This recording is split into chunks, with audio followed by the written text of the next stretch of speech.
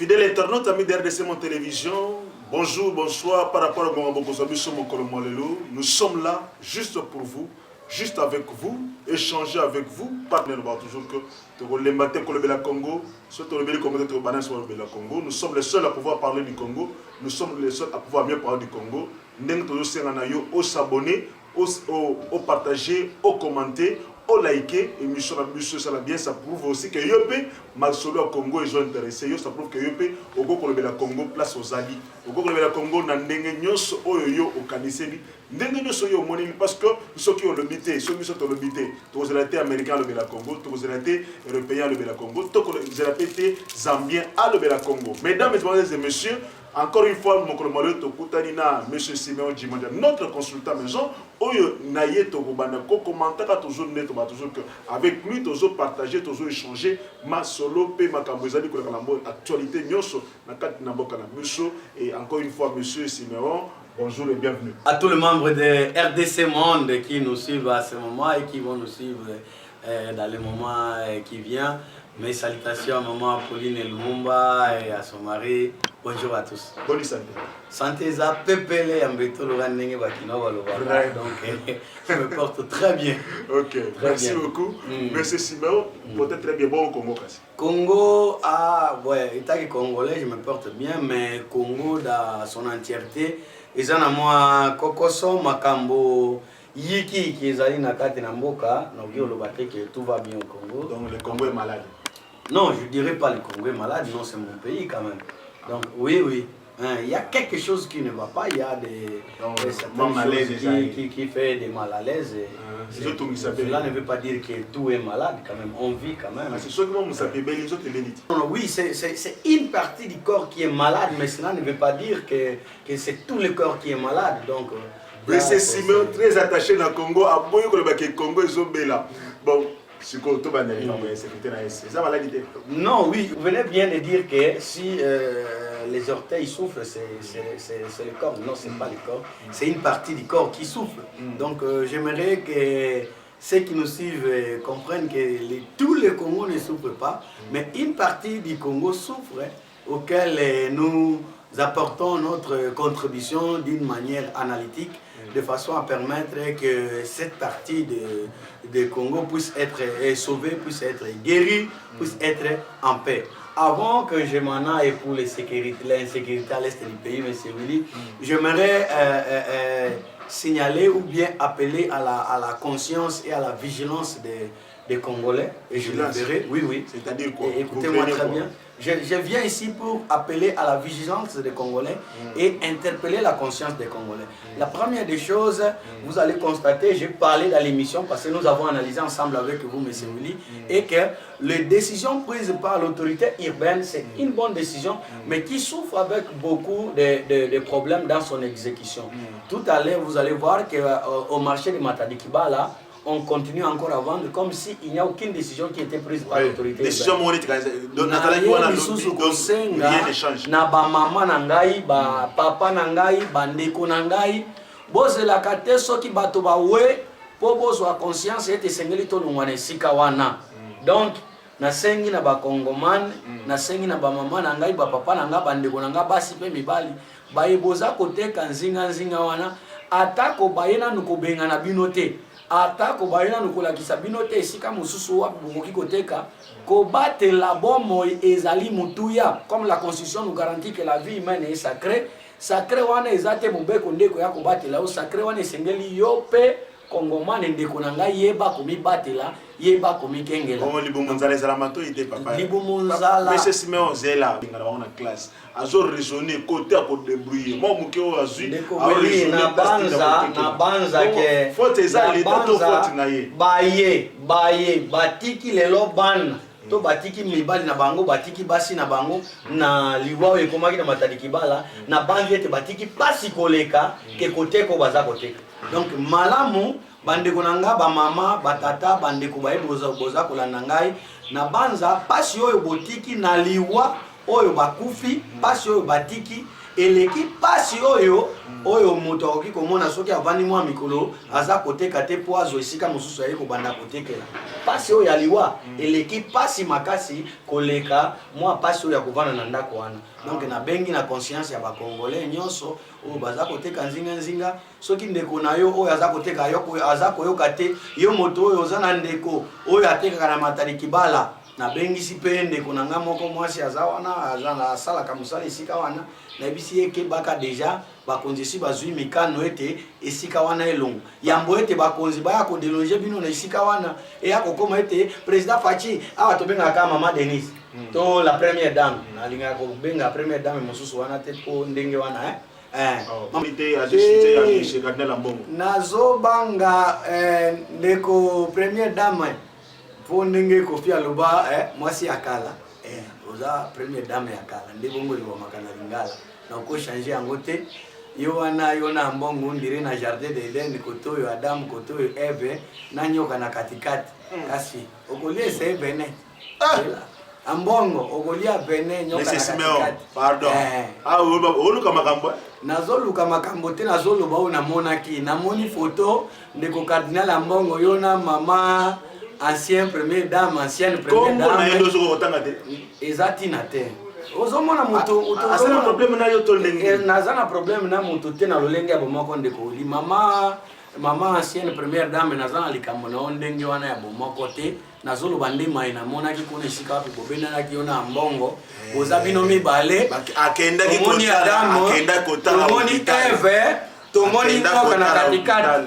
heureusement pe bible eza kolakisa ete nyoka bandaki nde na mwasi pe tomoni ete nyoka zali na maboko ya mobali te azalaki nde na maboko ya mwasi ndeko ya mbongo nyoka oyebi oyo ekomelaki Adamu keba okoya kokotisa tika koloba na masese mais Simeon koloba na masese ndeko wili lobaka clairement naza kokebisa ata mbongo ata ozali sango obotaka te me ozali mokolo ozali na age ya tata na ngai sagesse bapesa ngai éducation bapesa ngai moto nyonso aza mokolo aza na age ya tata azali papa naza kobenga yo papa mbongo keba oyebi ete mokili ekota na mabe lokola sango ozali tata pasteur oyebi yango malamu mokili ekota na mabe na nzela ya mwasi ayoka lito epa ya nyoka pe amema yango epa mobali scène wana illustrativement nyoka izanani illustrativement yango wana toza komona yo na mama ancienne première dame mama yo pe musala na yo lokola ancienne première dame okozala na ndeko na biso politika nambe mokonzi ya kala okozala na ye pembeni te oke kozwa tata cardinal ambongo ndo lingo pesa evene anyoko ezali pembeni na yo okanelaki bango nakanelaki bango te na koloba makambo ya Kongo politika nambe ndenge interpellé akasi alias Kabila alias ngate munalobi ngana bika Joseph Kabila alias Kabila ipolitika nambe mais naza koyebisa eza conseil na lobi na mama na benga na kombo mama Olive na bengi yo na kombo makambo ya bongo eza malamu uza na tata mokonzi mobali na yo pembeni wazaka mokonzi na biso akala oyo alinga biso te tata wana okobo yango te alinga biso te na lobi yango na ndenge na ngai moko alinga biso te tata Kabila nasengi na mama Olive ozalaka pembeni na ye okoka ko transmettre mayozo koyoka epa ya nyoka wana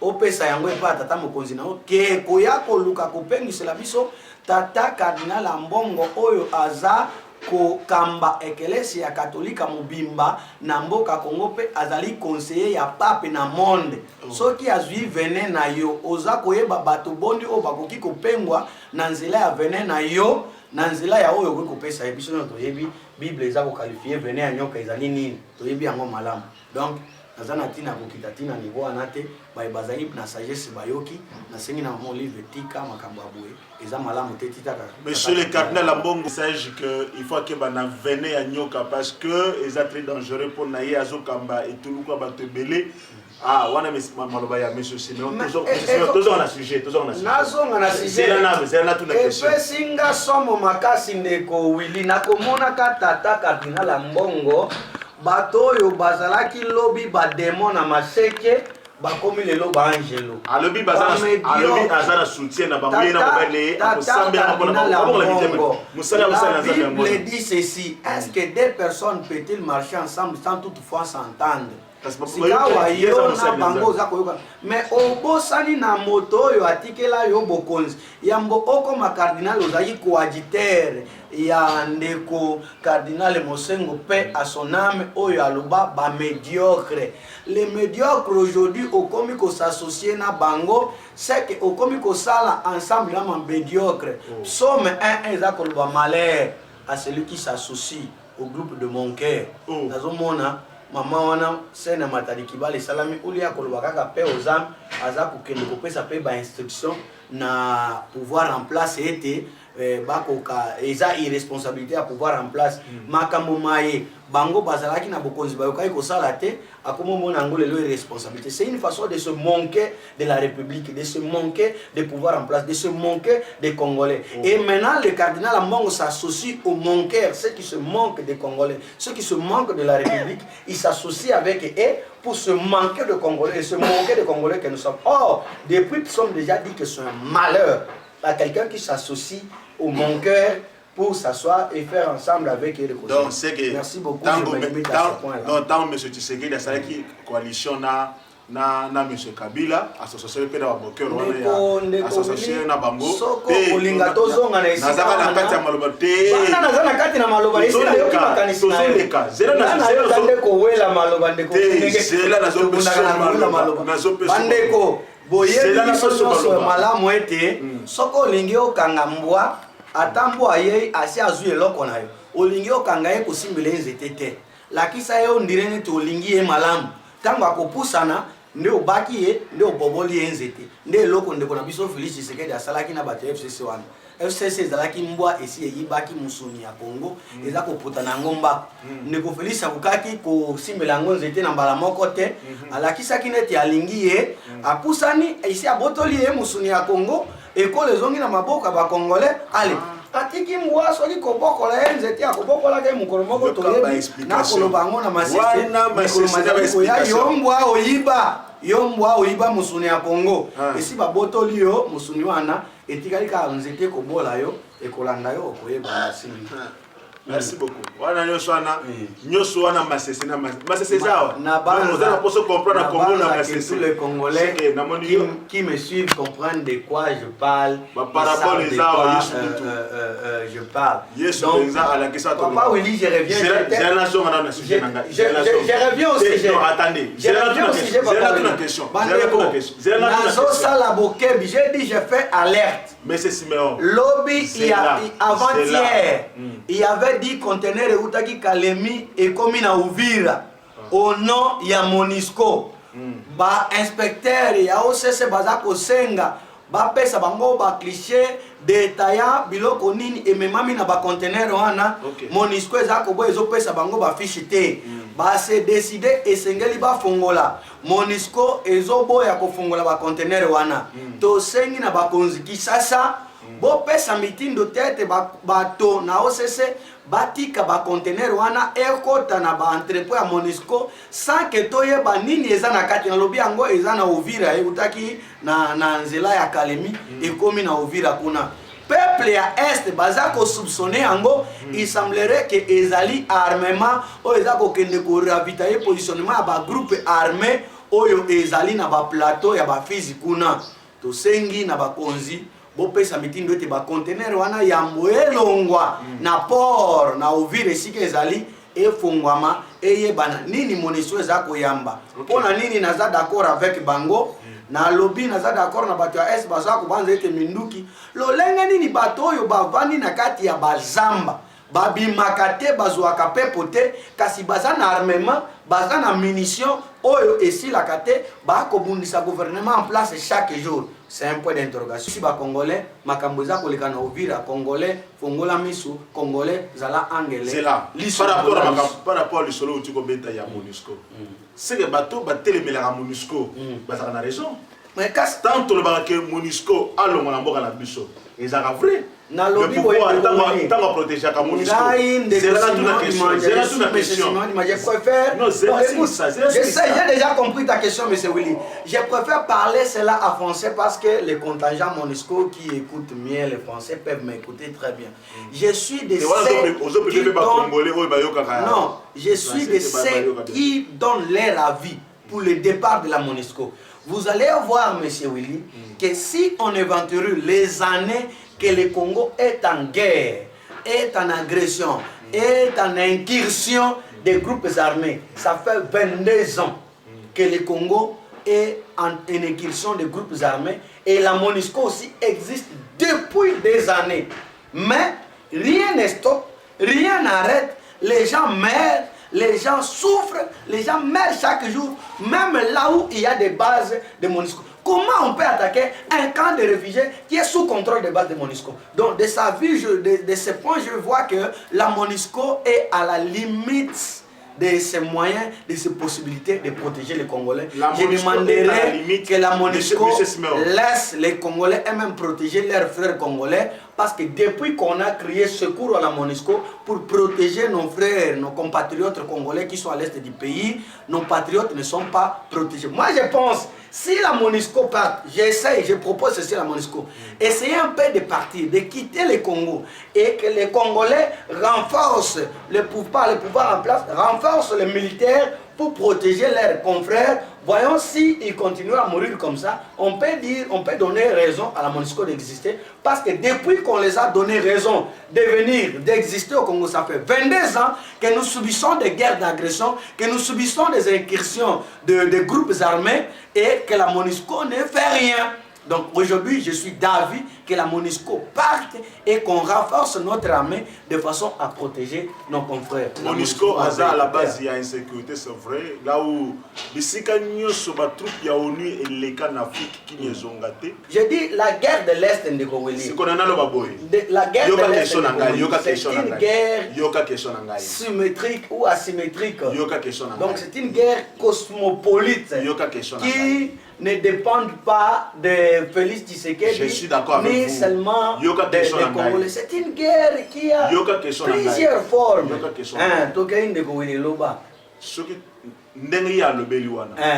Ce qui voudrait dire que Bitumba est à Congo, Isa, pour koluka juste ka ba minéré, batu nyonso ba yaka na Bitumba Congo, ba zaka ba commerçant ba minéré. Moi je pense ceci. Bitumba ya Congo na oti kolobango eza na lobaki yango na français na tika na lobango na lingala, eza bitumba moko ya lolenge ebele wana na zongeli yambo, eza etumba oyo bandaki nanu na mwa conflit ethnico-tribal na batribi oyo bavandi mwa bozangi boyokani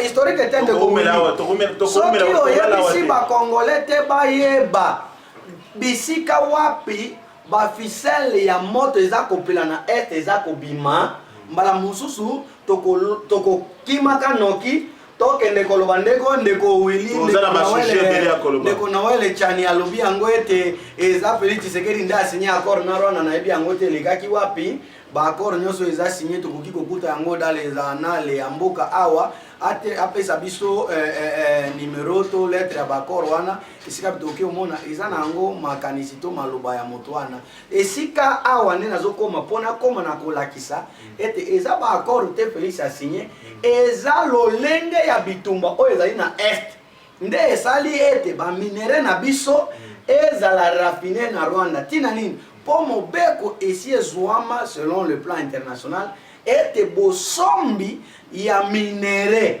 ya Congo ezali minere ya makila ekoki kosomba mate entreprise nyonso ba multinationale nyonso ya kosomba minere ya kouta na Congo aza kosomba minere ya makila du Congo nde eza capitale mondiale ya cobalt, Congo nde eza na or, Congo nde eza na cuivre nyonso oyo eza kosexploite na este ba minere eza tellement ebele eza kosexploite na este oyo nakoki koyeba nakoki kozwa tana kotanga nyonso te na tina na yango pour ba multinationaux na bazala frappé de l'achat ya minerai ya makila talatina ba yei ba installer na Rwanda une usine ya purification ya or, une usine ya traitement ya cobalt. Ce sont ba multinationaux ne ba installer na Rwanda. Eza Congo te ne installer usine wana na Rwanda. D'où MONUSCO aza ko faciliter na ba Congomani mususu baza ko faciliter bobimina yango d'une manière illégale et que na Rwanda pe après traitement ezobima kozala na sele ya Rwanda ondire Rwanda nde producteur ezobima kozala sele na Rwanda ondire Rwanda nde producteur pe ekei na étranger pe eza ko dédouaner ba multinationaux wana ete baza ko somba matière première na Congo te baza ko somba ngo na Rwanda d'où eza matière première ya makila te baza exempté na yango nzoka nde eza matière première ya Congo. Communauté internationale esungi biso ete kimia ekota na Congo, ils seront obligés de démanteler toutes ces usines na bango wana baya ko installer yango na Congo. Parfois ils seront obligés ya kolongola ba embargo mususu ba pesa Congo pour na exploitation minerai wana parce que biso lelo na Félix Tshisekedi Fachi beton mbote na yonde ko Félix Siko zali mais na pesi yo mbote Siko zali bobimi na oya mboka mikolo yo na fungula mwa parenthèse na kanga ndeko Félix Tshisekedi bobimi na oya mboka mikolo yo boni kaka soki obimi libanda ya mboka mwa likambo moko ko eza malamu te ezoleka na mboka kebaka eloko wana oki kokomela o mabe mukolo mosusu obimi boye mwa eloko ye kozwa ampleur mosusu ezangisi yo pe lolenge yo kozonga na mboka uta bandai kubima uta abimi makambo ya Gisèle Mpela ebimi abimi makambo ya Kabundi yeye abimi makambo ya ngoyo ya arrestation ya conseiller spécial na yo ndeko Félix Tshisekedi soko ozana mombesi neke obimi ndo tiki consigne te bokanga mutu nanga kingani bosala mutu nanga kingani boye likambo wana mukolo mosusu ekoki ko ya kopelisa moto pe ozangi lolenge ya yo kozonga na banza soki tolobeli yango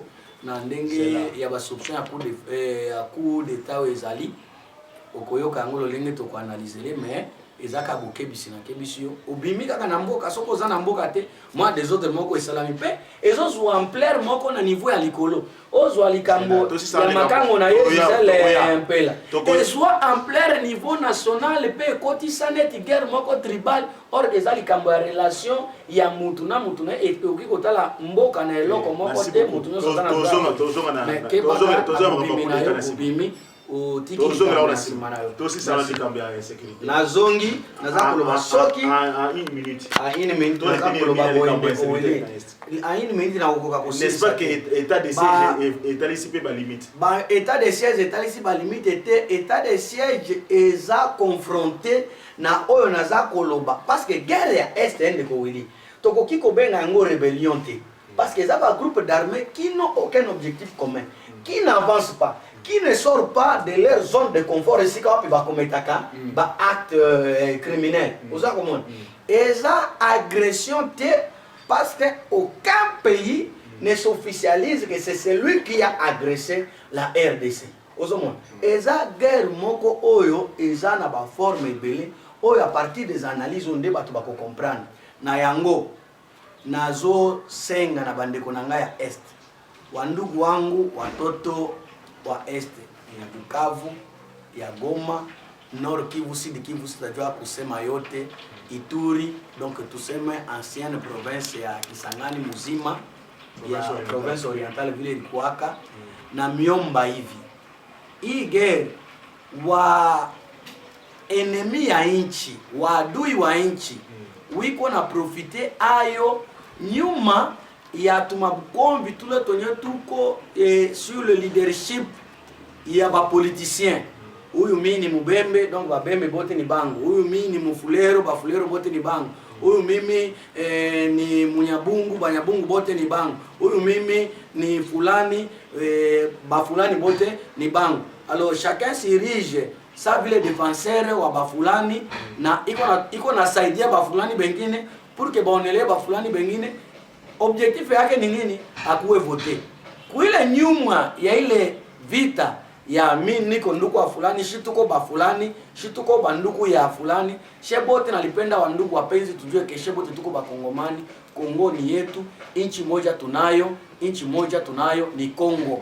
Hatuna inchi ingine. Sasa wadui wa inchi wiko na profite nyuma ya tule tubukomvi tuko shi tuko ba fulani.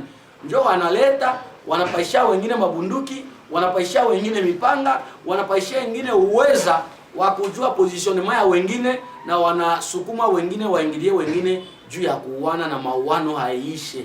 Wandugu, kwa si wenyewe tuna uwezo wa kupasha kumaliza hii mauano ya este kama sisi wenyewe. We Mkongomani mwenyewe kunifata, ukibeba oda ya kwamba asema kwa leo siwezi tena kuua ndugu wangu fulani wala kuingilia ndugu wangu mwenye lala usingizi, na hakuna mwenye atauawa, na kimya na salama na amani itaingia bila FARDC itumike kazi, hata wala MONUSCO itumike kazi. Wandugu wapenzi, na miitisha mubebe hayo kweli, ikuwe ya muhimu, ikuwe kweli kuro ya mtu na mtu ajue ya kwamba hapana kusaidia mtu mwingine akutume akusukume uwe ndugu yako, na tuwane na tumalizane wa ndugu wetu.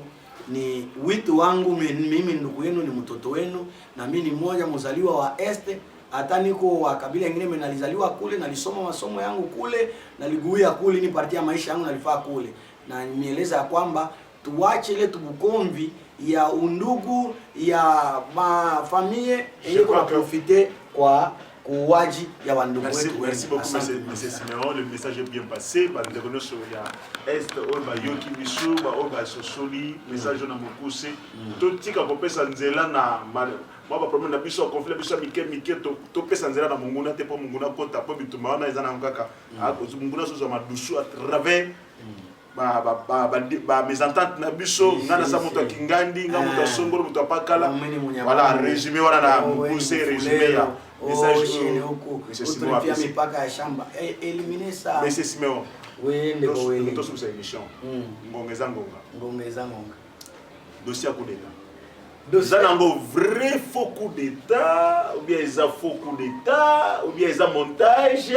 ou bien ils a niveau ba déjà fait ba message sur le montage na bango pour se faire après. Oui ba muso seza ba montage ba muso koza la brand ndeko wili na otiko masolo ya Eric Lenge bimana ko ya muso atika biso na masolo wana ekolanda sima wana ezande ko kazimbeli na makambo na ya salaka etali biso te makambo ya coup d'état oyo ndeko wili pona ko épargner bandandi na ba internaute na biso balandi ya RDC Monde Télévision bo tenir ngari gerte na mubeko na biso na mboka elobaka ete tangu affaire ezana na instruction tokoki kosala nano analyse de fonté du fait que affaire ezana na instruction. Soki affaire eza peut-être mise en audience publique, soki ba fait eza déjà établi, tokoki koya na ba analyse ya ba fait établi. Kasi awa nakoki kosala kaka appel na conscience ya ba Congolais. Liboso nazo banda na armée. Kongomani nyoso ozali na armée. Bandeko nanga ba généraux, bandeko nanga ba colonel, bandeko nanga ya niveau nyoso. Ndeko général, ndeko colonel, bako utiliser yo pona kosala coup d'état, yebaka yango eke dans 2 semaines peu de temps bako senga ete que l'armée etika pouvoir ezonga na ba civil pe olongwe dans la gestion ya coup d'état oyo sali na simayo kosala bozoba okolongwa ndeko général bako utiliser pour na kosala coup d'état dans les messages okolongwa tuni question na tikanga ina kenda question na ngana répondre ngongezo kende monsieur Simeon tikanga ina kenda ndeko ndeko général na sengi na ba politiciens OK botika ba généraux na biso kimia ndeko weli oyebingai na zama na soda te mena kola ipaya yana ngaza ka soda ba politiciens nous ba politiciens ni ba yasima makambo na est wana na ya ko citer ba komba ba politiciens bazasima makambo yo ezaneti naza kukumisa bango na kukumisa yote oyebi mabe ozana yango mawana na uti koloba awa ezali affaire eza en instruction. Soki ngai na bandi konomine bato baye affaire en instruction nominé na bango te eza libanda ya mobeko mboka balandi RDC monde botenir ngari guerre te. Donc mais on retient que il y a tentative ya coup d'état azala na se ya mobeko ya mboka lokola kongomani nyoso oyo atosaka mobeko.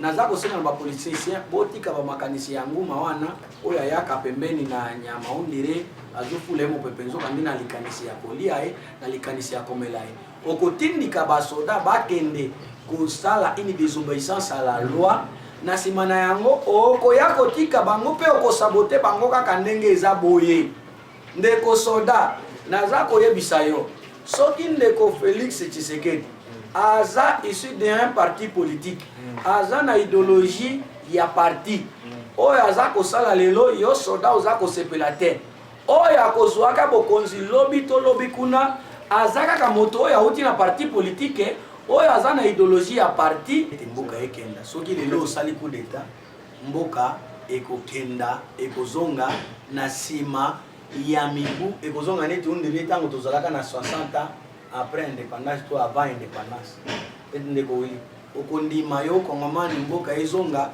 na sima neti ndenge tozalaka 60 ans en arrière okoka kubika yango okokobika yango te ezaka mwa bato mibale misato bayeba koluka ete bamonono bayeba bango bazwa bapositionnement ya bango ya bien bakobika pe yo okokendaka na baporte na bango kosengaka bango kobanda kobelelaka talela biso likambo nzoka nde esi asaleli yo mpona kokweyisa mboka mpona kozongisa kita ya mboka nsima mai nalobi na banza. Merci beaucoup monsieur Siméon, merci pour ngonga tozwi. Merci beaucoup monsieur Siméon na bokuse. On retient que na mboka na biso toza la problème d'insécurité na est et que par un acteur majeur dans l'insécurité, MONUSCO est amplifié l'insécurité à Est. On va prendre aujourd'hui, vous confirmez que réellement ceux qui MONUSCO a accueilli, on peut avoir la paix. Nalobi ango malamu MONUSCO kenda. Total la soki biso moko na makasi na biso ya FARDC soki ekoka kobatela ba Congolais na biso te. Soki ekoki te wana tokoyeba ete toza na armée ekoki kobatela ba Congolais te. Mais toza kotia elike ete toza na armée ekoki kobatela ba Congolais mais ezokoka kosala yango te en plus na appui ya bino MONUSCO bandeko botika nanu bato bameka nanu kobatela bandeko na bango. Nalobi yango guerre à l'est MONUSCO est l'un des acteurs majeurs ya guerre à l'est ensemble avec les multinationaux ensemble avec les pays voisins wapi baza ko utiliser bango bandi makape minere na biso ebimaka na nzela wana yo mibeti tolo ete eza ya yo ndeko Kagame oza ko mibeta tolo ete oza premier producteur ya cobalt na ebite na espace géographique nini oza ko exploiter cobalt yango oza premier producteur ya cobalt ndeko Museveni pe lolenge moko na lobi yango pe en plus na bandeko na biso ba kongomani bango moko baza kondima kozala utiliser na bato wana poete bakoka kokokisa oyo eza makanisi mabe ya kobomaka ba Congolais. Mbote na balandi nyonso, mbote na mama Pauline Lumumba isika ozali, mbote na molongani na yo, mbote na bandeko nyonso oyo bazali bipai na bipai famille nanga mobimba bisika bozali na pesi bino mbote alingi bino mingi ciao. Merci beaucoup, merci na bandeko balandi nyonso RDC Monde Télévision pour natango bo pesi biso, merci na matoi na bino, merci na ko gaspiller ngonga oyo juste pour na kolanda émission on peut commenter juste un mot na commentaire, juste un clic na j'aime et que ça la biso très bien pour plus peut partager par baninga au béton du sol insécurité na est et que ça la bango vraiment qui le Congo notre patrimoine commun et zo la biso nyo soto sangana ndenge mama Pauline azali ko ba message oyo kuzo ka bona biso na bino na yango ndeto monani mbala na sima botika mala. Mes chers compatriotes, bâtir le Congo demande du patriotisme. Nous vous invitons à vous joindre à nous pour construire notre beau pays qui est la RDC. Appel de Maman Pauline Lumumba, présidente RDC Monde, à Genève. Devant vos écrans, nous sommes à 44 318 francs suisses à la date du 20 janvier 2021. Quels sont les pays qui ont participé cette année activement?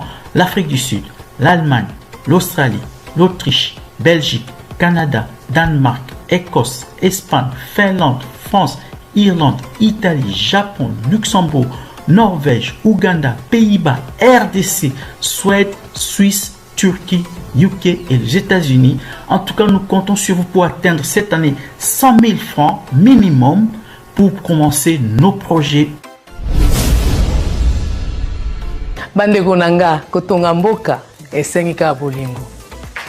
Bino moko bomoni transparence to laksibino côté mbongo.